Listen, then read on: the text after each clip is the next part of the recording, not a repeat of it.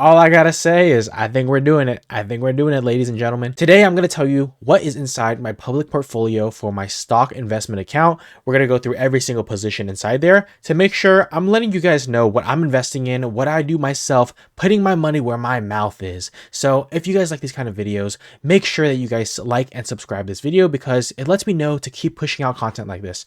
Thank you guys. Let's get right into the video. Let's not waste any time. So of my portfolio, I have about $185,000 in this public portfolio I'm showing you guys. And of this, we're about 51% in gains, up $51,000. And today we had a pretty good day. This is mainly driven by advanced money doubler. If you guys know, advanced money destroyer in the past, or AMD, was destroying our portfolios, but now it is doubling our portfolios. I'm going to go through the entire composition of this portfolio and then let you know why I'm investing in each one and if I think there's still a buy today. So of this portfolio, we have about 16% in cash. AMD is about 40%, Crocs is about 11%, Google is about 13%, PayPal is about 10%, and Amazon is about 4%. And we have these two Bitcoin ETFs that are about 4% of the portfolio, making up 100%, if you will. So going into AMD, what is happening with AMD? If you guys have been following AMD, the past 5 days, we've went from 164 all the way to 235. It is quite remarkable, given that there's so much news that's been coming out. AMD has thus partnered with OpenAI to give them a 10% stake in their company. Essentially, if you guys don't know, there is NVIDIA who is investing in OpenAI, and then OpenAI is giving money to AMD, and then AMD is like giving them ownership of like their own company back to OpenAI to like make chips for them. And you just have this huge like human centipede of semiconductors throwing money to semiconductors for AI, data center, all this stuff. So will this be the pop of a bubble? Who knows? And this is exciting to see, but let's go into valuation because that is what we care about as investors. Is it worth it today to buy the stock or keep holding it? So AMD about $380 billion of market cap. And of the ratios, they're trading about 140 PE. That doesn't seem very good as an investor because super inflated. But of course, we are forward looking as stock investors, stock pickers. So we're going to look at forward price to earnings. 45. I want to say, like, traditionally, this is on the higher side, but given that you have AMD that is growing at a 20%, 27% clip on revenue, and I believe their earnings are actually pretty substantial too. Let's look at their net income. 109% net income growth. Like, if a company is growing 100%, why should they not be valued at 45 forward PE?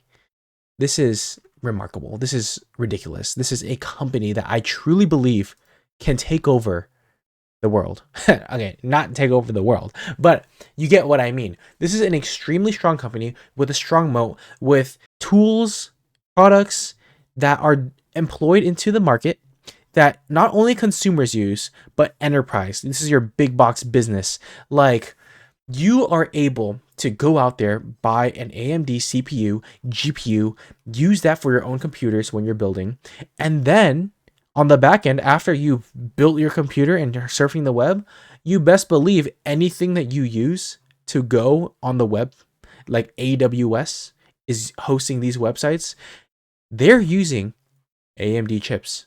AMD chips specifically for their data center, for their cloud computing. All of this is going towards AMD and NVIDIA for enterprise. NVIDIA pretty much dominates the market when it comes to these enterprise trainings of like models. So like there's large language models where the chip that they use, NVIDIA, is really good at training, but AMD's chip is very good at inference. So it's kind of like if you were to ask a chatbot, like, hey, what is going to happen based off the historicals? Like, it rained 10 times in the past week. What can happen in the next week, given that it rains this time of the year past week, it's going to use all of that data to infer that, oh, here's a prediction of what you might extend or what you might expect for the next week of weather. That is AMD inference. And that is something that AMD is very, very good at. And this is a company that is ran by Lisa Su. If you don't know Lisa Su, she won multiple awards of just being one of the best CEOs. She's actually the cousin of Jensen Huang, who is the CEO of NVIDIA. So you have two huge battle workforces and they are competing against each other, but it seems that they can both be winners. They can both actually dominate in the market because NVIDIA has so much demand that it is difficult for them to fulfill the demand.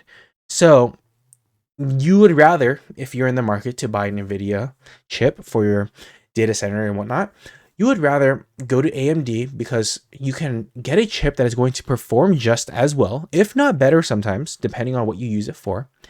And most of the times, AMD is the more budget option. So as the saying goes, your margin is my opportunity. NVIDIA makes an insane margin on their products that they sell to enterprise.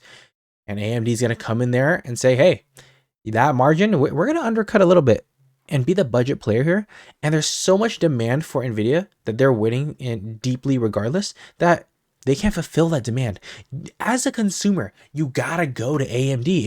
If you want a product out there, you want something to support it, you best go to AMD because that is what is going to be available for you to push out your products and make your product that you need to put into the marketplace. So I only expect more and more companies to do this. AMD has so many customers. They have like Microsoft, Amazon, Meta, and Google. Like there's so many companies that use AMD. So that only gives me more confidence to hold this company in the future. This data center growth is growing at 58% year over year.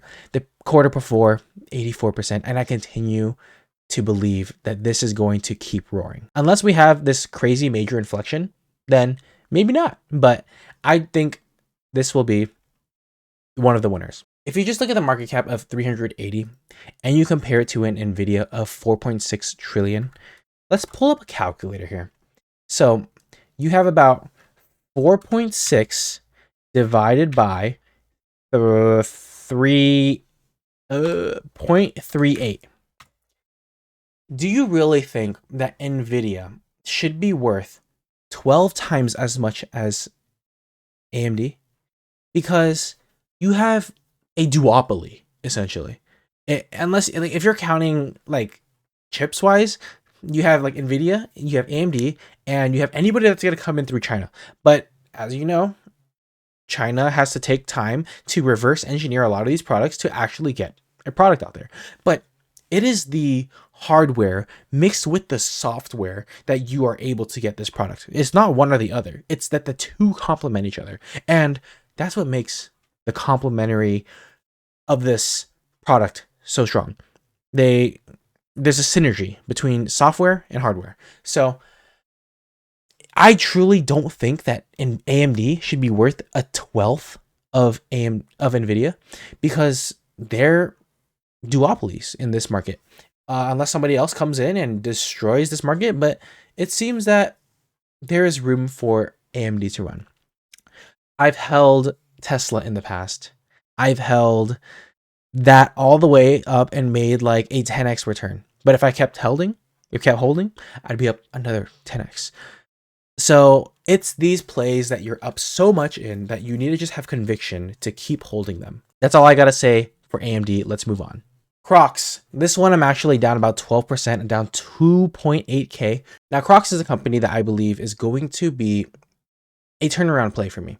This is a company that, relative to their earnings, I believe they're going to just keep growing and growing, and they don't even need to increase revenue in order to do well.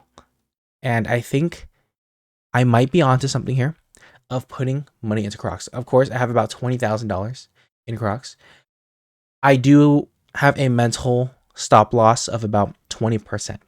That if Crocs drops 20%, then I am going to partially or if not fully sell out, because maybe I'm just wrong. And I think that Crocs has something special where they are able to just keep their business flat, right? Keep this business flat, grow in international in North America, and they will still generate cash flows that will sustain and grow the business. This is a $4.3 billion market cap. If you look at revenue, they grow at about 2%, not the best, right? But they don't need to grow revenue growth. If they can, totally fine. Great.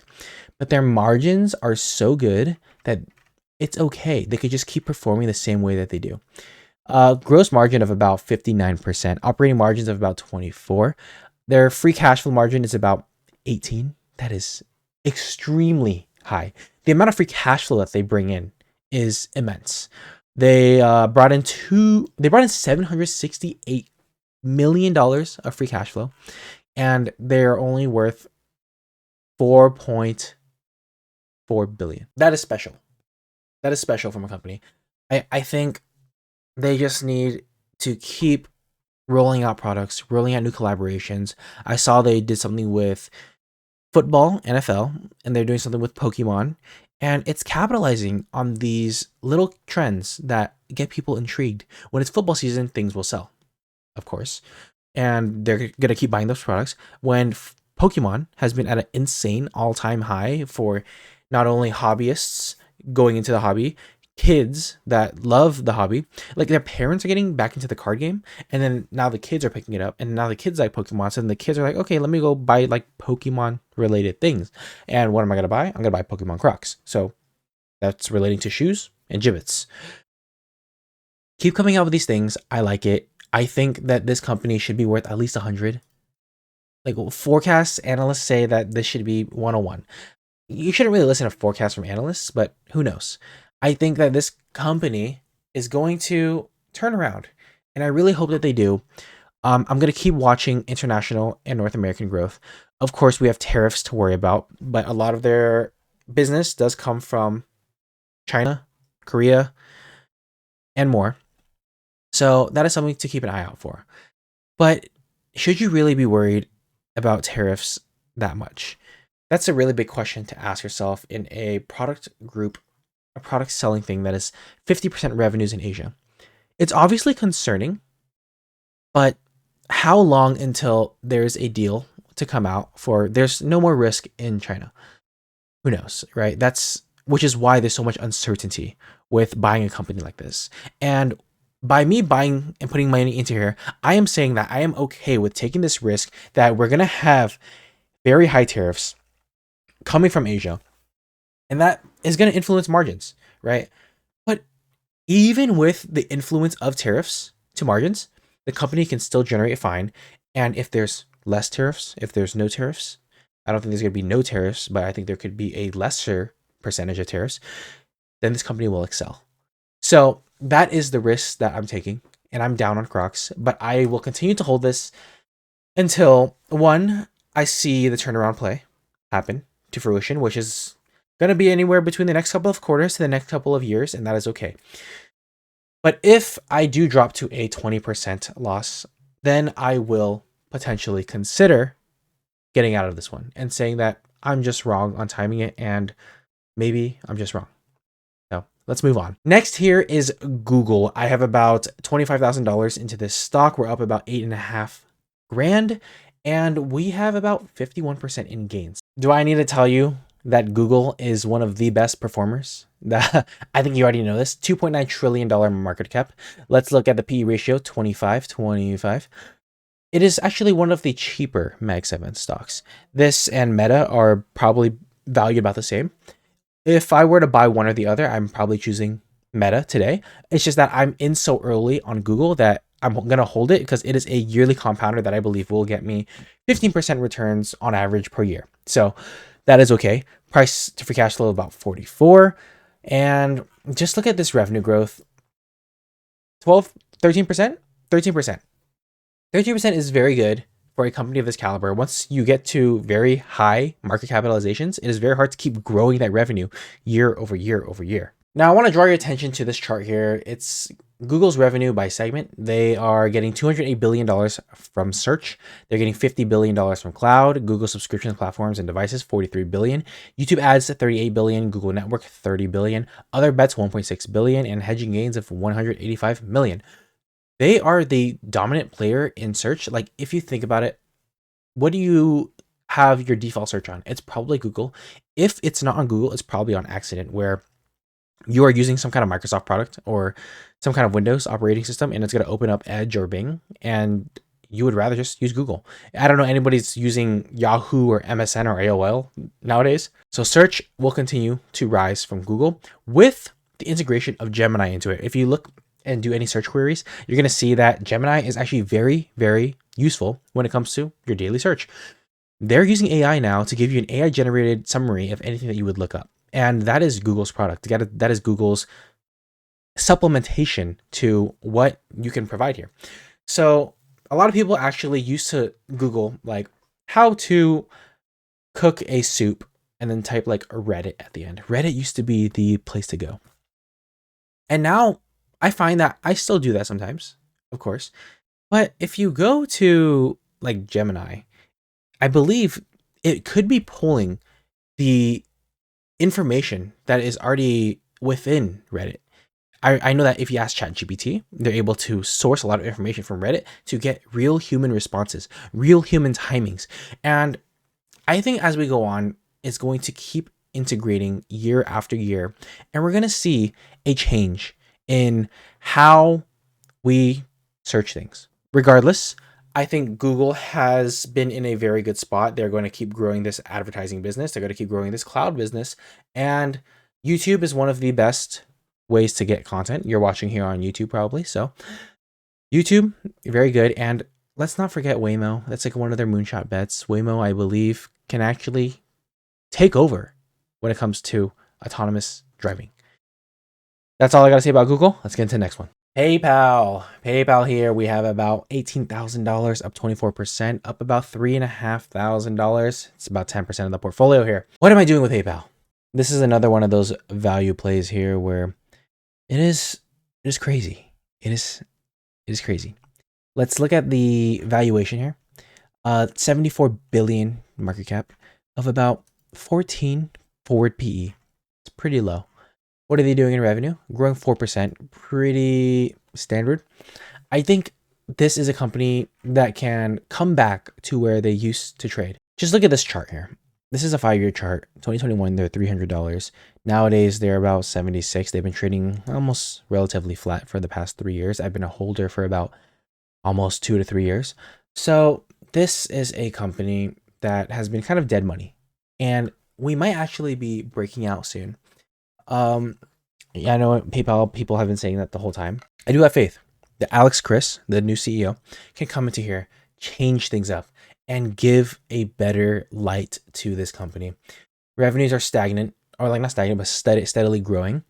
Free cash flows have been dropping a little bit, but regardless, they're still generating $5 billion in free cash flow at a $72 billion company. Their free cash flow yield is about 7% here. And they're buying back their shares. So investors are essentially getting a 7% return on their money just by holding the stock. So that just is kind of like, would you rather put your money into like a bond where you're going to get 4 to 5%? Or would you rather put your money into PayPal, get this 7% where they're buying back shares year over year, and then for the potential of turning around this business to get increased gains on your stock? Now, PayPal is very big internationally, but Venmo is very big within the States, within the North America. So I think a lot of people still use PayPal and Venmo today. I still use it when I need to send things to my friends. But now I kind of shifted over to Zelle for very close friends. But if you want the security of like PayPal's goods and services or Venmo's goods and services, you're going to go with Venmo. So that makes the most sense to do. Advertising. Venmo and PayPal know where you're spending your money. Did I go pay a vendor did I go spend money on this website? Because they had an integration to log into PayPal to pay very easily. So PayPal knows everywhere I'm spending money. Now, as a consumer, I may get more targeted ads. So PayPal might actually have an integration of their product where they are generating revenues from sourcing people's to potential advertisers. So if I spend $1,000 on Magic Mike's Pizza, okay, it's not Magic Mike's, was it Mountain Mike's Pizza every single year, then PayPal might actually give me an ad that says, "Hey, come in and you will get X% off because you're a customer that keeps coming here." Now, it's the actionable insight because think about it from the advertiser's perspective. You don't want to just be throwing out ads because every ad you throw out there is just money thrown away. You want targeted ads, people that are actually going to convert sales into buying the product. So having PayPal get into this ad space is going to be a game changer. And hopefully they can use their insights to generate and create lead generation for other advertisers. I think they could do it. They could turn it around. Alex Chris seems very bright, and watching interviews with him only gets me more pumped up each time. So I'm holding my position in PayPal. Now, Amazon. Amazon. What do we do here? This, I recently started buying. I'm only up 1%. $7,800 position here, about 4% of the portfolio. And I really do want to buy this more. Let me just tell you why. Now, Amazon is a weird one, right? You're seeing that it's trading at a PE of 33. On a forward basis, you're seeing that it's trading at a 32. And historically, Amazon always trades rich. This is a company that is trading at a price to operating cash flow of about 19. This is pretty good considering that it is not the worst in terms of valuation. If you were to look at price to free cash flows, it's very high because they're just throwing everything back into capital expenditures to grow their data center, to grow everything else like cloud, that they're burning their free cash flows to invest in CapEx. So you kind of have to look at this price to operating cash flow number, and that number will be more clarifying. It is always trading around like a 18 to 20, and now it's about 19. So I think that Amazon is a great deal to buy today. It's kind of like you're buying a great company at a fair price. This company has been increasing revenues year over year by 10%, 11%, and it's insane. I think companies like Amazon, specifically Amazon, is going to be one of the best in the world. This is a world-class company that sells a lot through their distribution channels of Amazon.com. They have AWS to host a lot of cloud stuff. And they have moonshot plays too, like Zoox. You ever heard of Zoox? That's a self-driving car that they just rolled out in Vegas. So there are plays like this within Amazon that just are crazy. Online stores, they're growing about 7.5%. Third-party sellers, about 9%. AWS, this is the killer, 18% growth. Advertising, 19%. Subscription, 10%. Physical stores like grocery stores, 6.9%. Other growth, 11% growth in revenue. This is insane. Like, let's not forget that they have Prime Video where you are actually able to just go watch NFL on there now by having a Prime subscription. So imagine how many people just want to just sign up for a Amazon account because you can watch NFL now. But let's not get distracted. Amazon is an extremely good company. Look at this revenue here. So much of it comes from online stores, but their margins are probably a lot less. Your margins are probably coming from AWS of this $116 billion. And this is going to keep growing.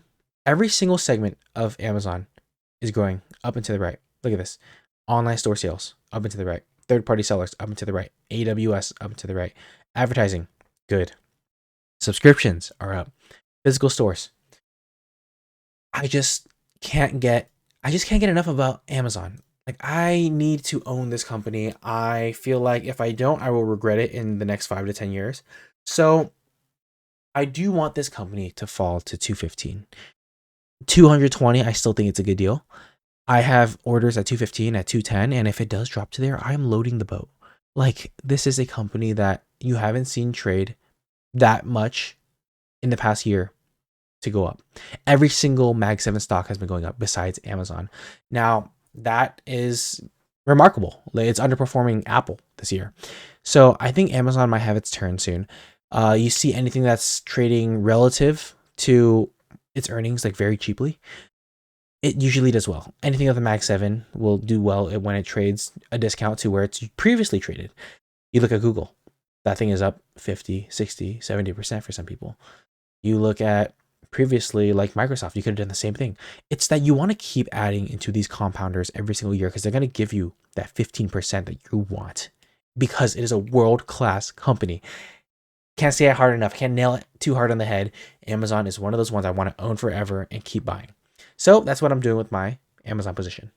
Looking to buy. Now, this is the entire portfolio. I hope you guys enjoy this. The only other thing is I have about $8,000 of Bitcoin in here. It's a Bitcoin ETF, and this is just a bet of holding Bitcoin. I'd rather be a part of it than not be a part of it. Other than that, these are my 5 stock positions that make up $185,000 of my portfolio here. If you guys enjoyed today's video, please leave a like and subscribe. If you guys made it to this point in the video, let me know.